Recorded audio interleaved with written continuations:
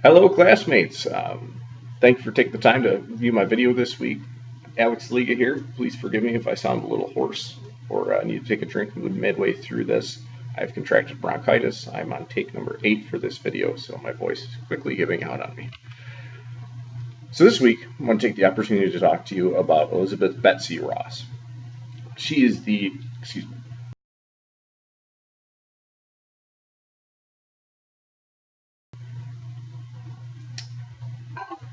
person who's fondly remembered for designing, or supposedly designing and producing, the first American flag.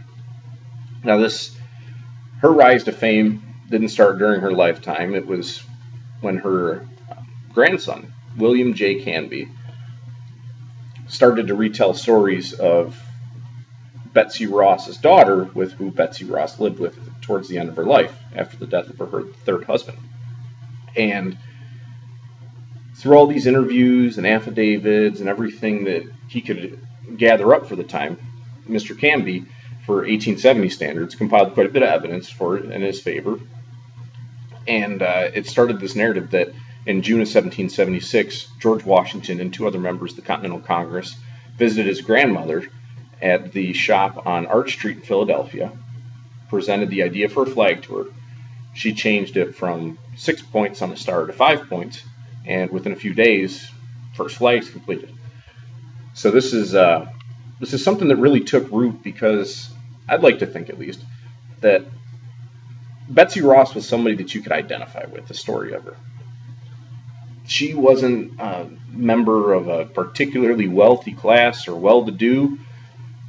1771, she eloped at a young age with John Ross.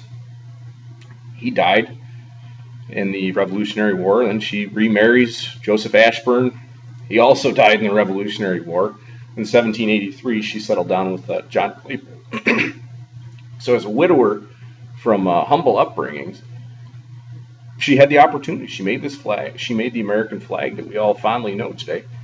And it's just she's kind of like that protagonist that Americans can identify with.